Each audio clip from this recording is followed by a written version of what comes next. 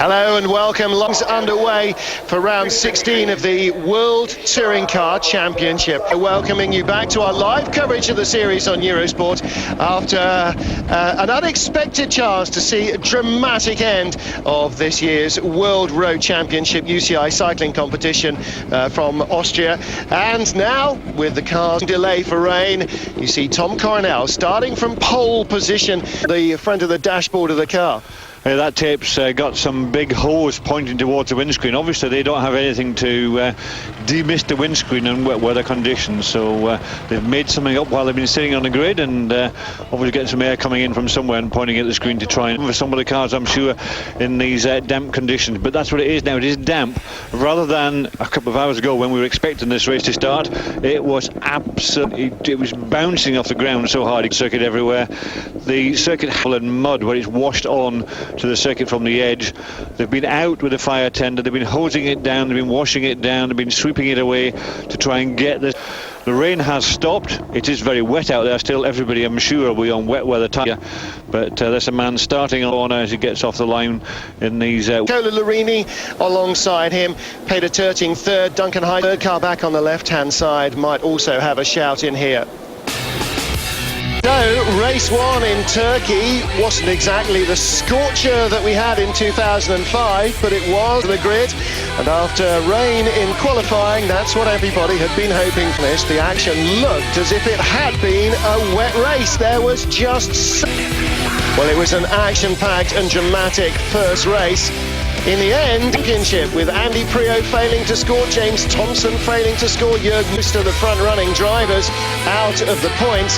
But what it did mean was that it was a first win for Alex Zanardi in 2006, and gained by the cars that were second and third, the Seats of Ricard Rydell and Gabriele Tarquini. And then what should have been the beginning of race two. It was biblical proportions, but some phenomenal work by the track workers here has now produced us a racetrack from what was essentially a seabed. And focus here because they have laboured long and hard in some very cold, wet and filthy conditions to give us a chance to have a race today. We've seen all the workers and the flag marshals and everyone else cowering away from the rain to start with when we first went back. But they came out from underneath that and worked very hard indeed to try and clear this circuit so we can have this race now. So as they go away on the warm-up lap, time to take a quick break. We'll be back live in just a second. Stay with us.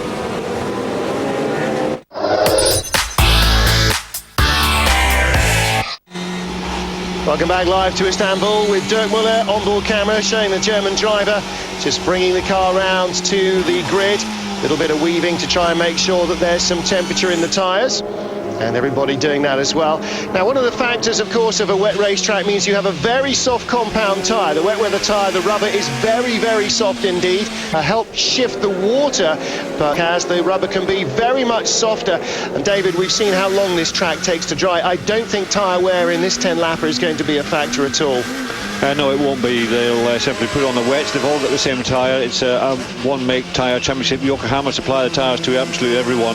Everyone's got the same tyre, so they'll all be having wets on. I can't see anyone for a short 10-lap race taking a risk of putting on slicks. These wouldn't go anywhere at all. You can see how wet it is. They can see still water. Badly damaged at the end of the first race, and despite the long the 15-minute calves up there with the tyre warmers on, he will start after the rest of the field is a little warmer than everybody else's, but he's still got a massive disadvantage. He's going to have to try and work his way through a field that is going to be engulfed in spray, and anyone behind the first 2 or 3 rows on the grid is going to have a really motorsport program here in Europe. And he's been the man who's been keeping everybody in contact with what's going on with the officials, who've been talking to the teams, to the manufacturers about what the plans are, as they've tried desperately to make sure that we don't, for the first time, have a race cancelled in the World Portals in for what looked like a tyre change, quite amazingly. Can't believe that A, he left the grid on slicks, or B, he's gone back in for slicks. Maybe it's not going to dry up. Nothing to lose, but maybe nothing to lose, but I can't see it drying up, and I can't see your wet weather tyres falling apart in the short 10-lap race. Jörg Müller's done the same. He was on slick. Goodness, that now was that's a mistake. a huge gamble, and I really find that very hard to imagine. Now we will have 3 cars. The wheels on these cars are not like some of the race cars. They are 5-stud wheels, but he was at the back anyway, nothing to lose. Too much wheel spin for Heisman. Here comes Peter Turting in the Seat. He hasn't won. It's a good even start from the front and rear wheel drive cars. That is Alex W's, doesn't move up. He's in 6th place, but Eric Nev loving that. Has Nicola Larini got the lead from Tom Coronel? He might have. We ride on board with another Seat, and that looked like it might have been Ivan Muller's camera. And Larini has got the lead. And here comes Peter Turting. Now, 2 men who have not lost. Tom Coronel trying to stay out of trouble, only from Larini, and the BMWs with no advantage at the moment in these slippery conditions. And I don't think they will have the advantage that we normally have on the dry, so they've just got to slip and slide around out there the same as everybody else in actual fact. But Tom Coronel just going back into the pack. He needs to keep his car in one piece. He does win the Independent Championship. He's not worried about these guys up front. Just let him. He is leading a race. If he gets across to the lap, that will go on to the stats board.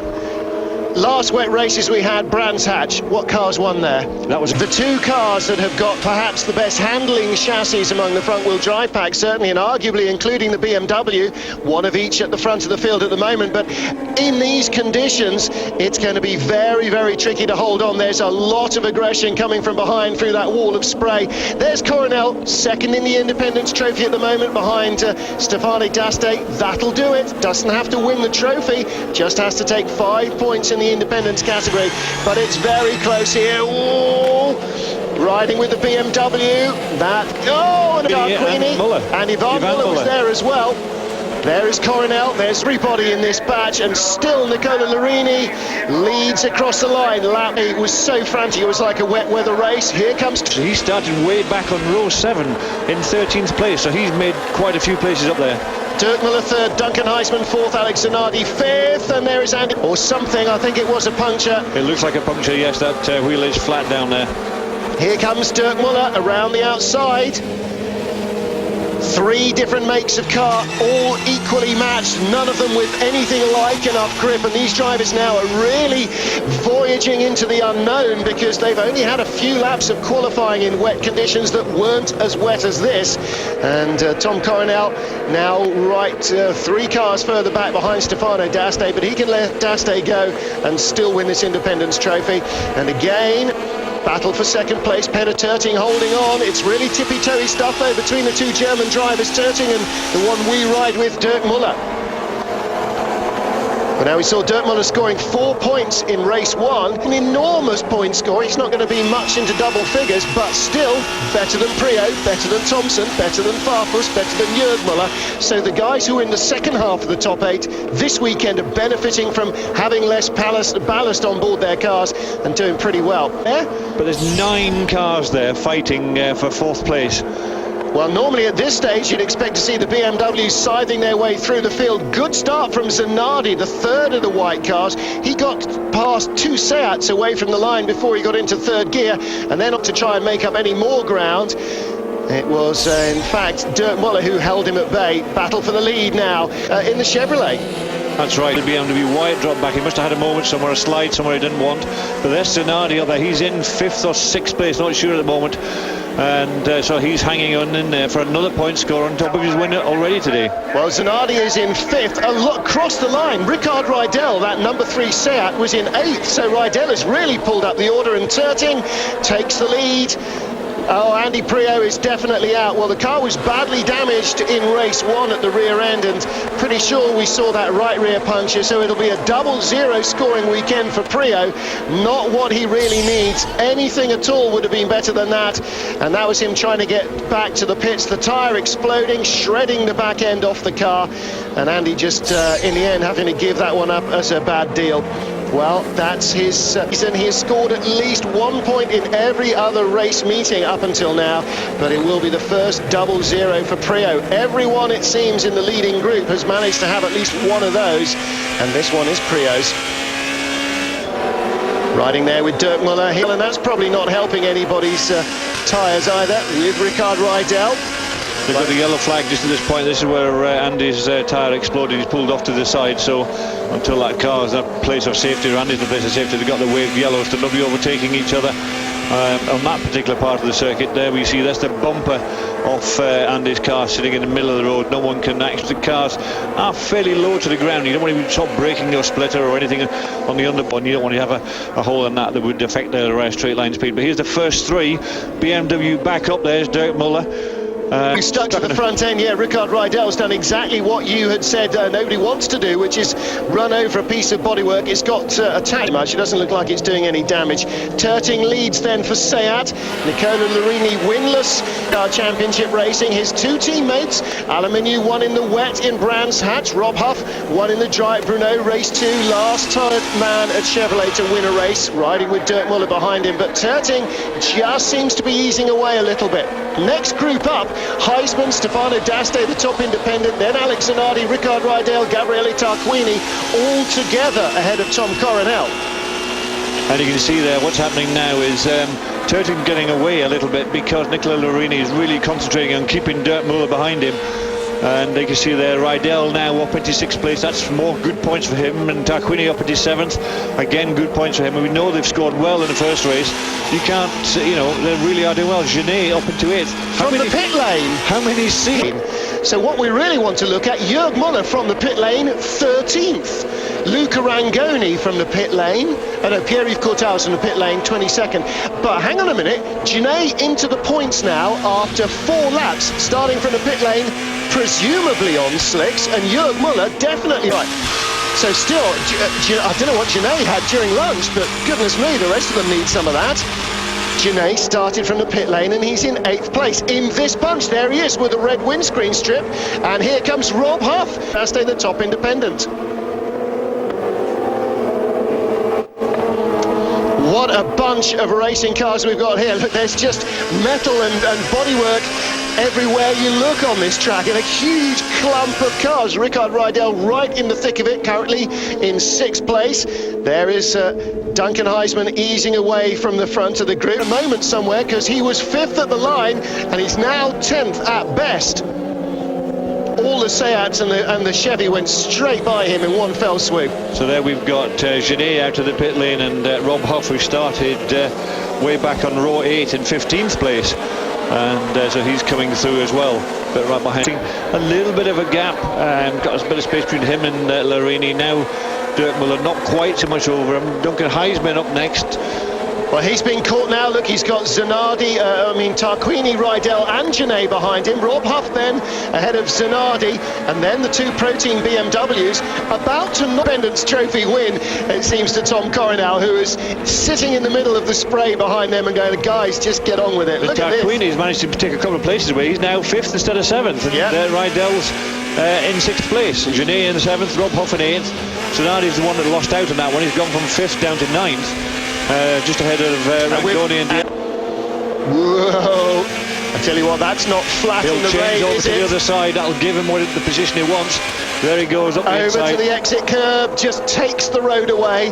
That's the equivalent of luffing someone. He is struggling here. He's about to be attacked and a pass by Rickard Rydell as well, and the Seat's really showing how well their car handles. It may not be the fastest thing in a straight line, but we'll give them a difficult circuit or wet conditions. Heisman's teammate Zanardi dropped dramatically down again. Maybe Zanardi didn't go off. Maybe they just all dragged by him in one go. And then right behind that, once Heisman's got Rydell in front, and he will go by him here. That's 11. He'll go by him on the darker and darker there. It's very nearly sunset here in Istanbul. Him through 13 and 14. There we go. Into 13 he goes. Cuts him across the nose. But the Seat team are exploding with delight, and I don't think that's because Europe have won the Ryder Cup either. I think they're really enjoying the way this. It's not beyond the bounds of possibility. We could get a Seat 1, 2, 3, 4. Larini 2nd, Dirk Muller 3rd, streaking through the field. Look, Rob Huff's all over the back of Heisman. We Seat in the next 4 laps. It's possible.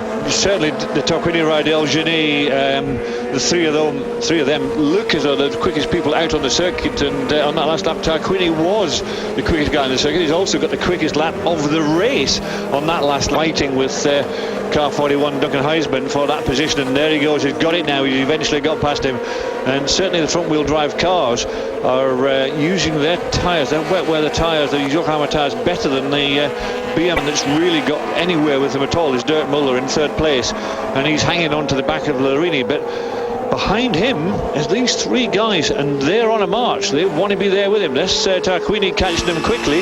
Really then quickly. You've got Rydell and Genet a little bit further back, not catching quite as quickly. Tarquini really is on a march. He was the one who said at the beginning of this weekend his championship standings or position of winning it was over and done. If he scores good points in this, look how close he is now to this BMW, Dirk Muller's BMW. Points in this position at the moment to add to the 6 from race 1, so you're absolutely right. And of course, Rickard Rydell scored 2 more than him in race 1, and he'll at the moment score 1 more than Rickard Rydell, so there'll only be a point between them again. BMW close to being in third, because I think by this time next lap he's going to be back in fourth. Whatever setup the Seats have got is working extremely well here. We're going to have to take a quick commercial break, but don't you go anywhere. We'll be right back with live action from Turkey. This is Gabriele Tarquini into third place live on Eurosport as he dived down the inside of Dirk Muller into turn 3. Jaime Puig, yes, come on boys, come on. Seat 1-3, Nicola Larini in the middle, but the leading group very, very quickly. They're really quick, and I can't see very long now before Tarquini. This is the man with the spider helmet. Imagine because of that crash helmet, he'll be quickly past, I think, Larini. They'll be chasing after his teammate Peter Turting, and I reckon he'll catch him. We've done 7 laps, 3 laps left to go, and I still think that's a possibility. Yep, Larini knows better than to try and close that one off. That was only going to end up in tears if he tried that. So Seat first. Comes to BMW. Dirk Muller taking advantage as Nicola Larini went offline into turn 9, trying to defend against Tarquini. Down to 4th place now. Dirk Muller takes this with all of the weight on the front wheels, are really turning very well indeed. Compared to the BMWs, they really get into the corners much, much better. You'd think that the more balanced rear-wheel drive car should have the advantage, but that's not the way it's working out. No, and you've seen there how he actually tried to run into him. And Nicola Larini, he just kept his head, he stayed in there, he says, I've got the inside line, I'm going to be around that corner first. That's exactly what happened. Oh, a bit struggling here, but now he's 4th with the Chevrolet in 3rd, and there behind, that's Rydell, and right behind Rydell is Genet off the back of the grid, 5th and 6th. Rydell and Genet both in the 2:16 laps, and the leader and Dirk Muller and Larini are both in the all in the 2:17s. So the Seats behind them are catching fast as well. This battle is just giving Seat every chance of a 1, 2, 3, 4 result. It's really, really turning into a very good race indeed for Jaime Puig. Next up, of course, they go home to Spain, to Valencia, a track where front-wheel drive cars have traditionally performed very well, where Seat got their first ever pole position. Last year with Jordi Genet, he was unlucky not to win the race. And at the moment, Genet might yet even finish on the podium if he can get ahead of Rickard Rydell. Battle between themselves, slowing each other down. And Rydell's in there. Rydell's right there, and he's going to have the pair of them very, very soon. Couple of laps still to go, 2.5 laps to go. Turn 8, Rickard Rydell. Turn 8, he comes into turn 12. That's 4th place, thank you very much. And do you know what? By the end of the straight, I think that Genet might have got by as well. Watch out, because Rydell can make a move from that far back, and Genet just goes straight by Dirk Muller. Dirk now is in any points are better than what's, than the opposite. So Dirk Muller will just take whatever he can salvage out of this now. He's clearly not got a car that can win. Genet down the inside. Muller tries to beat him under braking, but Genet's got that one done and dusted. And right behind is Rob Huff. So again, Rob Huff might even get by Dirk Muller in the next lap as well, but I would think certainly before the end of the race. And Dirk Muller really is just hanging on there to see what he can do, but the real quick man on the circuit is Tarquini. He really has been settled. The line, this is for 3rd place, this is for a clean sweep, 1, 2, 3 of the podium of Jordi Genet at the moment. But the battle that's interesting, hasn't had one yet this season. Did he have one last year? I can't remember. No. So this would be his first World Touring Car podium, and I tell you what, after a year and 14 races, he's really going to not give that one up easily. What I want to know is now, with all these Seat cars, are they going to give them some instructions to the Turting and say, look, you know, move over and let Gabriele pass, if you put him up into second in the championship instead of where he's going to be at the moment. But 10 points puts Turting into a championship challenging position. From 33 to 43, he'll be 2 points. Think about winning this championship. But not now. But both the drivers and the manufacturers. At the end of the day, it came here, BMW leading the manufacturers. You know what? Nicola Larini is really going to have to fight for this, because Rydell and Genet are all over him. We might still have it happen. 1, 2, 3, 4 for Seat. And then I think Jaime Puig will burst. It could only be better if it happened in the rain in Spain at Valencia, I think, perhaps in front of a Spanish crowd. But 1-2, enormous points advantage this weekend for Gabriele Tarquini already. 6 points from race 1. He's now standing to get 8 points from race 2. That's a 14-point weekend.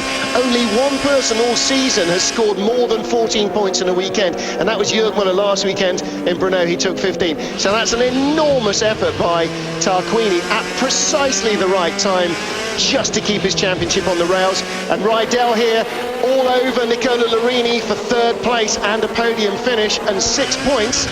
We've only got one. We can hear them right on his back bumper. He wants to be on the left-hand side. He can't get there. Larini's holding these lines to try and keep him behind. Wipers on to try and see where he's going. And this is the last lap. This is the lap that past this Nicola Larini. Take the podium away from Larini and have a 1, 2, 3, 4 for Seat. And this is Larini hanging on with every ounce of his fibre, every single 4.5 kilometres away, and he must hang on to it if he possibly can. Quite tough to pass when he doesn't want to be passed. We've seen that before when he's been an Alpha driver. Now he is desperately defending. He's desperately holding off Rydell, and I think Rydell will do him as a result. And the pull up here is going to be where the Seats are going to try and get past him. They've got another one down the bottom here, double one. Look at the inside line. This is turn 8, out of turn 10 on that long run down to turn 12. He's going to have a Seat on either side of him. Here we go. Are they going to get close enough? And look at Heisman and Huff. Huff is trying to get by him as well. Rob Huff wants that point. Who's by him? Last 2 corners of the circuit are going to be where it's all sorted out. No doubting our winner is there. Peter Turting is going to win from Gabriele Tarquini. Is he? Tarquini's not close enough to make a pass. Will he be given a pass? Yes, he is. Told you Peter Turting takes one for the team. He really did win that race on his own, but he gives the points. Yes, and now and keep going. Okay, Tarquini wins from Turting. Let's look further back at the battle for 3rd place. Who's coming out of the last corner in 3rd place? It's a Seat 1, 2, and Nicola Larini's going to take 3rd place, his first World Touring Car Championship podium. He will just beat Rickard Rydell to the line in a drag race. 1, 2, 4. At last, a full season and 16 races, 30. Well done, Nicola Larini. Well done too, Gabriele Tarquini. Puig did clearly say, Peter, if you can possibly find something wrong with the car, now would be a good time to have a little driving error. And Turting, for reasons beyond anybody's comprehension, meandered and slowed down on the wrong line. Gabriele to his first World Touring Car podium.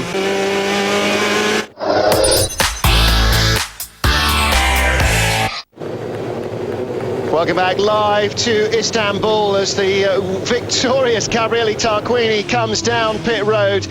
And what a weekend this man has had. On Friday he said, realistically, my championship is over. Now I'm just going to try and win races. Well, it worked, because he is now 2nd in the championship, who led by 9 over James Thompson coming in here. So a disastrous 0-0 weekend for Prio, and suddenly Tarquini, from being out of the ballpark, is not only back in the championship race, but a point off the leader. What a turnaround for the Seat team, because Rydell is only 4 points off the lead in 3rd place, and he'd written off his chances pretty much as well. Yeah, that's right, and they're really right up there. He's all within about championship. It's just closer and closer. The longer we go through the championship, the more rounds we have, it's getting closer. But there you see Nicola Larini, how small he is compared to Peter Turting. he is a happy little man this weekend. Yeah. He has struggled with the team since he got there. He's not had the results the other two guys have had. Now he's on the podium. That's where he needs to be. The pro team win, and that is Stefano D'Aste winning the independence race. Second in the independence race means he cannot now be caught. Well, the moral victor, everybody knows that. He ran away from the rest of the field. In the end, Gabriele Tarquini got by him on the last lap. Obviously, there are that, but Tarquini somehow managed to slip by him in the closing stages when Tertingsgaard was down. And it's tough, isn't it, when you've laboured all season and you don't get the win that really you've earned. You can see how tough it is. Peter, man, he doesn't want to be there. He doesn't want to be in second place. That was his race, and he's not happy being told that, finishing second is where he needed to be. But with that second position, he is just about still in the championship hunt. Now, the Seat team might find that other drivers, but Terting is is right with Jörg Müller in the championship sort of rear guard. So, but you can't take it away from Peter Terting. He's done well. Had he not dropped that position, he would have had 45 points and he would have been equal. Pill to swallow for Peter Terting, but there's certainly nobody watching that's under any misapprehension. Gabriele Tarquini, James Thompson there in 13th position. No points for him this weekend either. So 0-0 for the two British drivers that came here 1 and 2 in the championship. 0-0 for Augusto Farfus as well, who came here 3rd in the championship. Jörg Müller. Augusto got 1 point in the first race. He got 1 in race 1. Jörg Müller got 2 in 1 in race 2. So the guys who were 3rd and 4th in the series got a point. Not a big weekend.